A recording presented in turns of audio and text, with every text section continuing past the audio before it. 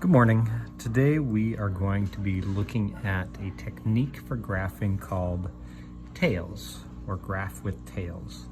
And tails is just a way of remembering what things we need to have in our graphs. So each letter stands for something: title, axes, intervals, labels, and scale. And we're going to talk about what each one of those is with some examples. Okay, first one that we're looking at for tails is the title. Okay, so I have a graph here. I've got a situation that's telling me what's being graphed and everything, but there's no title here. It does have axes, but the title should be some kind of combination of both the pieces of information that you're looking at. So on the y-axis, I have boiling temperature, and on the x-axis, I have tablespoons of salt. So for a title, it should combine those two ideas. Something like boiling temperature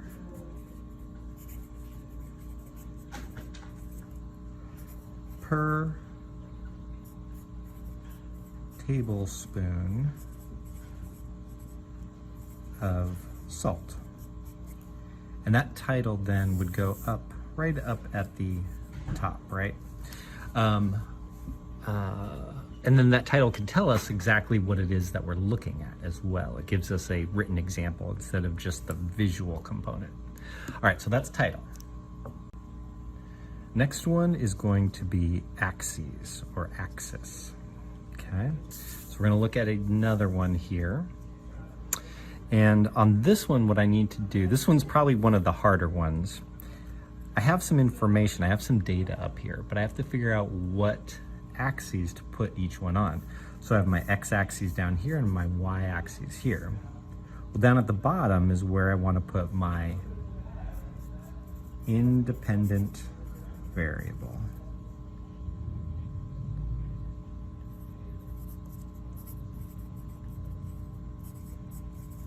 And you can see on the tails graph here, it actually has independent down there. That's always on the x-axis. This is what you choose as the scientist.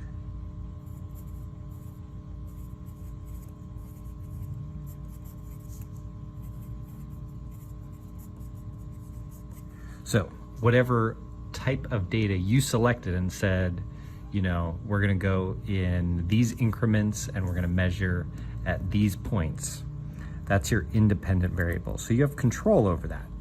The data that you collect goes on the y-axis. That is your dependent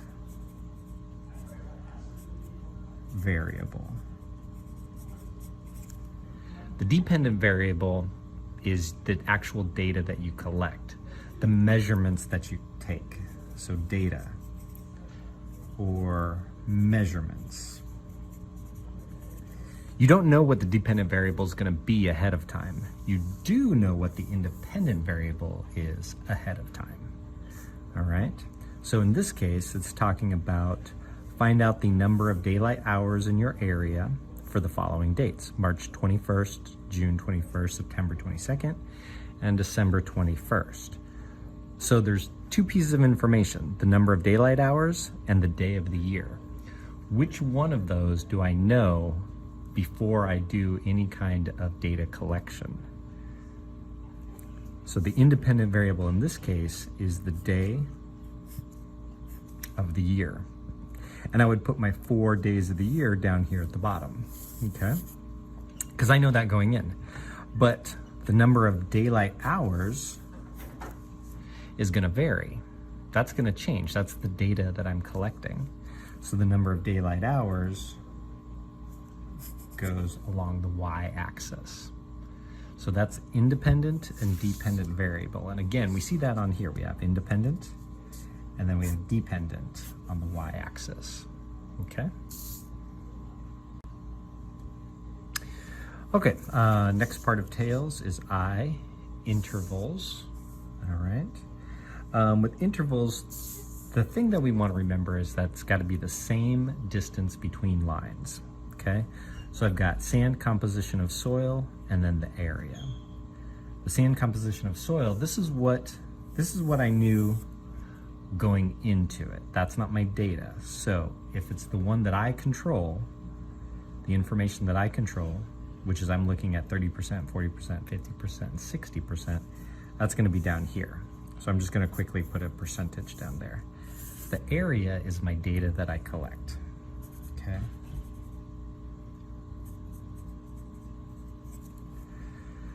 But what I'm trying to talk about is the intervals for this one. The intervals part of tails says that each line will increase in the same amount. So for my percentage, looks like I go from 30 to 60. So I could do this a number of ways. I want to use up as much of the graph as possible.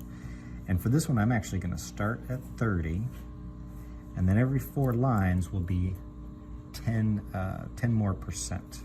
So 40, 50, and 60. But you see it increases by 10% every 4 lines, so it's the same. And then we're gonna do the same thing with area.